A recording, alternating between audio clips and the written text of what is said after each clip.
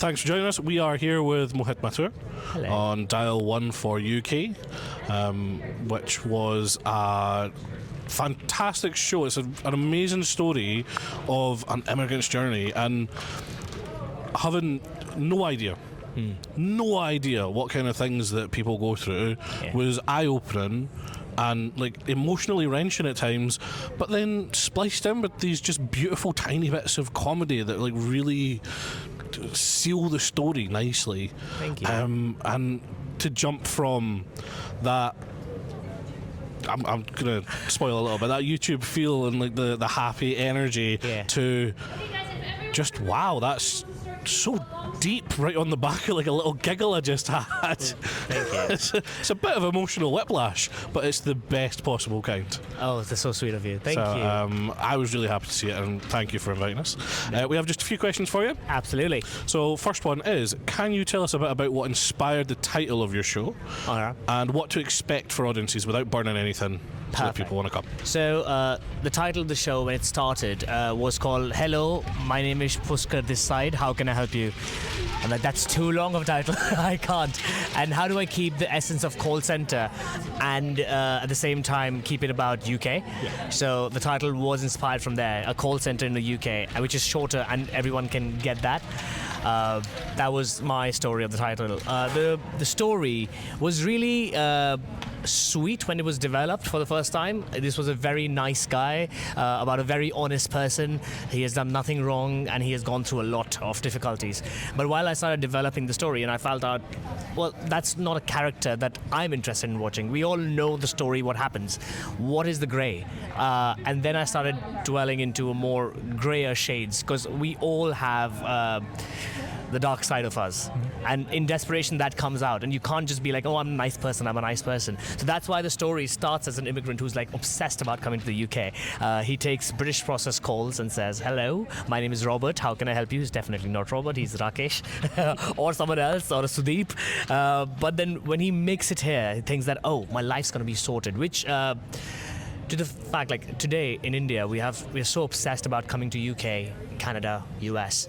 Growing up in India, I was that kid as well who was obsessed about going outside, but I didn't know why.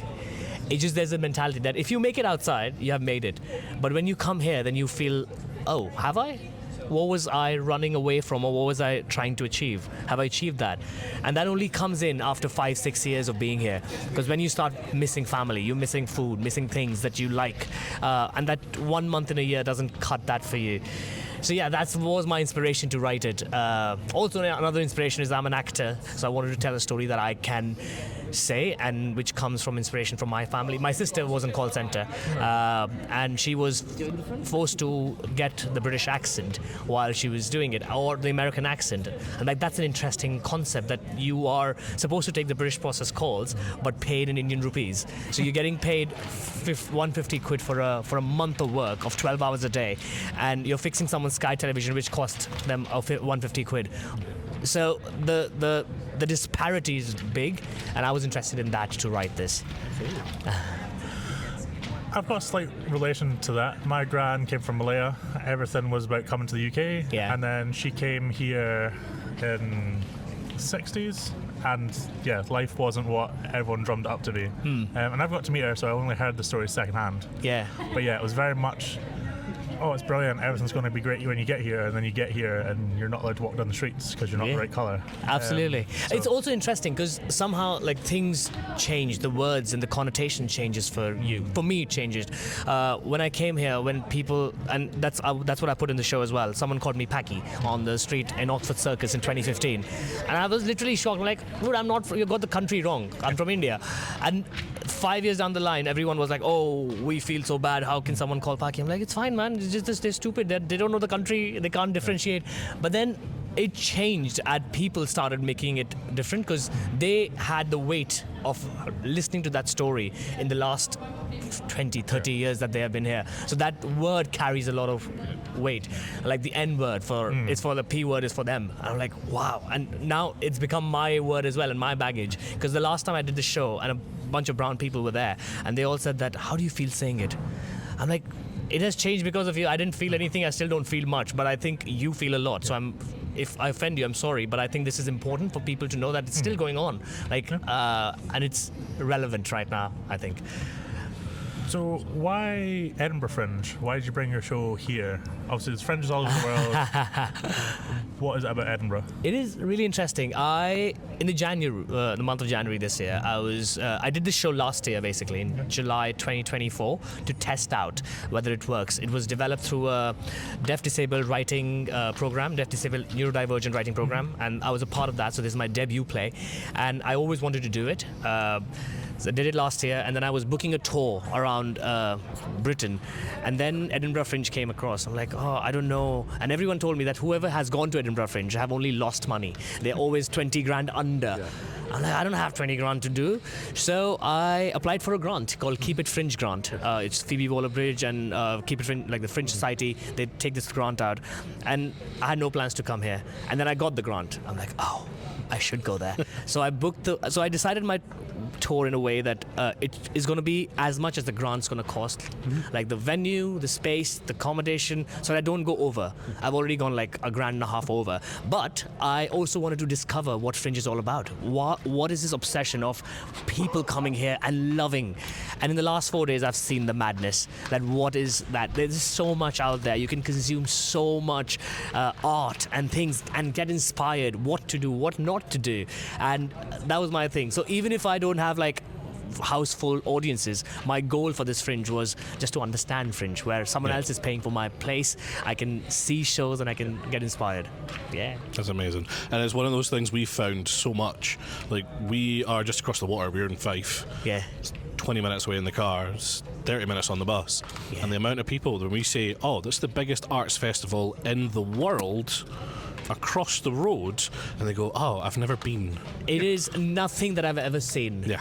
Honestly, it's nothing I thought that I've seen. I traveled a lot with my work. I've done Europe tours and other places, but this is nothing. The madness of, I remember the first I landed, I came from the train, I came out of the station, and then there were like 15 flyers given to me in a place. Yep. And I'm like, what do I do with these? I really want to take it, but I don't think I can come for all of these. But I also don't want to say no to you. But also, this is so amazing that everyone's out there flyering. People go out 5 hours, 6 hours, just telling you about the show, expecting that one of them will convert. And when they do, it's special. Like today, there were 5 people in the audience who came from flyering yesterday. I just spoke to them. But then again, there's a way of flyering that I discovered, that you tell them about the show, just don't hand them the flyer. Yeah. Why would they come if there's so many flyers out there? And that makes it so much more interesting, that human connection. Just talk to them about their day, and they'll be more interested in your show that ways. Yep. Yeah, it's great. I am definitely coming back. I don't know how, but I'm coming back for sure. That makes me excited. I want to see what you're going to do next with it. Yeah. So I do have a show called Are You Even Indian, which is basically a dance drama. It's a two-hander. It just got a Bite Size Festival Award for the best show runner-up in Riverside Studios in London. Before coming, I did that, and now my project is to develop that and bring that. I know that'll work really well here. Dance. That's the story goes. If you can make it in Edinburgh, you can make it anywhere. Yep. Yeah. It's what we keep hearing. Like, everybody says, I've toured the world, but I've not done Edinburgh, and I've not done Edinburgh, I've not succeeded. So Absolutely. Our last question for your show-specific ones, for our sneaky one that we warned you of. So what has been your biggest moment in performing? So not just this project, any project. I mean, you've done a few things. I was reading up on you beforehand because I like to be a little prepared, Sweet. a little bit professional. And you've done some amazing stuff. Yeah. Like you were saying, all over Europe. You've travelled. What has been your biggest moment? Your most memorable, your best, your worst, whatever you want to say. It's really interesting because it keeps changing as you grow as human beings. Like what was there in 10 years ago is not there anymore because I've evolved. I remember being a 25-year-old boy, 24, and being told that, you know what, we're going to a show in the West End. And I'm like, what is West End? Like, it's in London, the biggest theatres. I'm like, no, that's Broadway. I was like, no, West End, we are going to London Palladium. I'm like, cool. And I was a poster boy for that show. And I came here and I saw Palladium, that 2,500 seater, beautiful. And my poster, my face on top of that. I'm like, that is the best thing ever. Also, being in London, I recognized as, hey, you are the Bollywood guy. I'm like, who, me? And this boy who has literally left India for the first time to come to UK, being recognized on the streets of the UK, it's very profound. Like, I found it amazing. And the second one was when I was doing Life of Pi, the theatrical in West End, again, about 2022, about 7-8 years later. And I sat in this room, and I've been here for like 2 years, but I've been in the room where I'm probably the only brown guy, or the 2 brown guys, or the 3 people of color. But that room was full of brown actors and creatives. And that just felt special, that I have never seen this happening, that everyone's coming together to make this beautiful piece of art with puppetry and things. And that was a proud moment. I'm like, yes, this is the greatest moment to be. And travel around with that show, yeah. I love Life of Pi. I think it's awesome. Did you see it? Yeah, it's brilliant. Did you see it here? Yeah, it was here. I love the movement of the puppetry. Yeah. Like, it was so special and so different. Like, I saw the film first. Yeah, of course. And it made me go, oh, that would be really cool. But it felt like it added something having that extra into it. So. It is an interesting, because when I got the script, I'm like, when I saw the posters in London, I'm like, I don't want to see this. You're never going to beat the movie. Yeah. And then I got the audition. I'm like, I'll do the audition. I read the script. I'm like, this is great. And then I got through the audition. I got the job. And I went for first day of rehearsal, saying that I'm not going to see the show beforehand because it's going to change my characters and things. And I go there, and the puppetry director comes in and he says, okay, so the zebra comes in, and then he flies, and then he goes into a Pegasus, and he goes, and he goes and he tramples and he falls down, and the first leg break and the second leg break. I'm like, what? When does that happen? And the script said something, and then there's a huge other script which was a puppetry direction script, and that was interesting to find that how that two mixed. Also, the tiger, if you've seen, it is so real.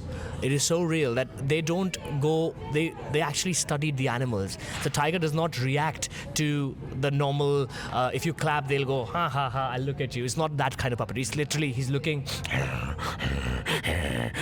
and all the noises that they're making, voices that they're making. We used to have like sore throats doing that.